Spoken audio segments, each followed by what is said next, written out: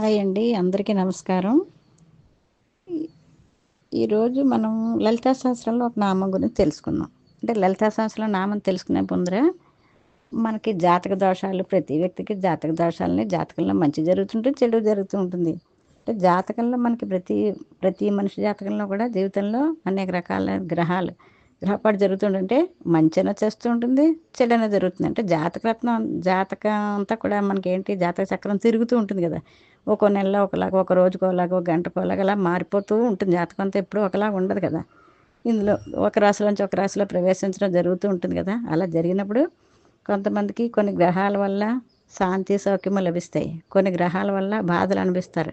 ఆర్థిక ఇబ్బందులు కావచ్చు, లేకపోతే ఆఫీసులో గొడవలు కావచ్చు, ఇంకా ఆర్థిక ఇబ్బందులు కావచ్చు, ఏవైనా సరే రకరకాల బాధలు అనేవి, కొన్ని అనారోగ్యం కావచ్చు, ఏవైనా సరే అన్ని రకరకాల బాధలు పడుతుంటారు. కొంతమందికి చాలా హ్యాపీగాను, అంటే వాళ్ళకి ఏ బాధలు లేనట్టుగా అన్నీ కూడా ఉంటారు కొంతమంది. అంటే వాళ్ళకి ఆ జాతక ప్రభావం అంతా ఆ గ్రహాలన్నీ కూడా అనుకూలంగా ఉంటే కనుక అందరూ కూడా చాలా బాగుంటారు. ఒకవేళ గ్రహ దోషాలు ఉన్నాయనుకోండి, కొంతమంది కుజ దోషం ఉంటుంది, కొంతమందికి అంటే కొన్ని గ్రహాలు ఏంటంటే జీవితాంతం కూడా పట్టి పీడిస్తూ ఉంటాయి. కొంతమందికి అలా కాకుండా మామూలుగా ఉంటాయి. అది చెప్పలేము ఎప్పుడు ఎలా ఉంటుంది అనేది. మనకి జాతక చక్రం తిరుగుతూ ఉండడం వల్ల మనకి తెలియదు. కొంతమంది బయట చూపించుకుని ఏవో శాంతులు అవి పూజలు చేసుకుంటూ ఉంటారు. కొంతమంది అవన్నీ చేసుకోలేని వాళ్ళు ఏం చేస్తారు, దేవాలయం సందర్శించడం కానీ, లేదా పూజ చేసుకోవడం కానీ, లేదా ఏవో శ్లోకాలు చదువుకోవడం కానీ, ఏదో నామం పట్టుకోవడం కానీ, నామం చదువుకుంటూ ఉండడం కానీ, దేవుణ్ణి ప్రార్థించి వాళ్ళ గ్రహ దోషాలని పోయేలాగా వాళ్ళు చేసుకుంటూ ఉంటారు. అలాగే మనం కూడా చేసుకుందామంటే మనం ఏం చేయాలి? ఇప్పుడు లలితా సహస్రంలో దీనికి ఒక పరిష్కారం ఉందన్నమాట. లలితా సహస్రనామాలు మీ అందరికీ తెలిసిందే కదా. దాంట్లో ఏ నామం చదువుకున్నా ఉంటుంది, ఏం చేయాలి? ముందు నామం చెప్తాను.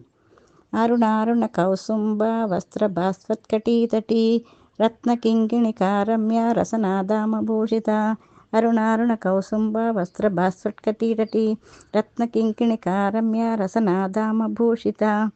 ఈ శ్లోకాన్ని కనుక మనం చదువుకున్నట్లయితే అమ్మవారికి అనుగ్రహం మనకు కూడా లభించి, మనకు కూడా గ్రహపీడలన్నీ కూడా, గ్రహ దోషాలు, గ్రహపీడలన్నీ కూడా ఏ గ్రహాల వల్ల ఏ హాని జరగకుండా ఉంటుందన్నమాట.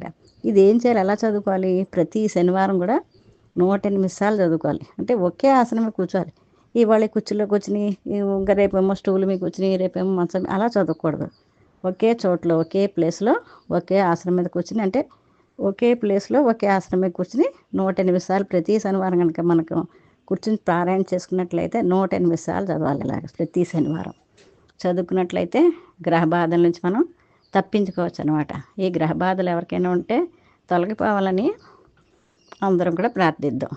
ఎవరికైనా సరే, ఎవరు బాధపడకూడదు, గ్రహ బాధలు పడకూడదు, అందరూ కూడా సంతోషంగా ఉండాలని ప్రార్థిస్తున్నాను. ఇవి అందుకనే మీరు కూడా తప్పకుండా ఈ నామాన్ని పారాయణ చేసుకోండి. ఈ వీడియో కనుక మీకు నచ్చినట్లయితే సబ్స్క్రైబ్ చేయండి, కామెంట్ చేయండి, లైక్ కొట్టండి.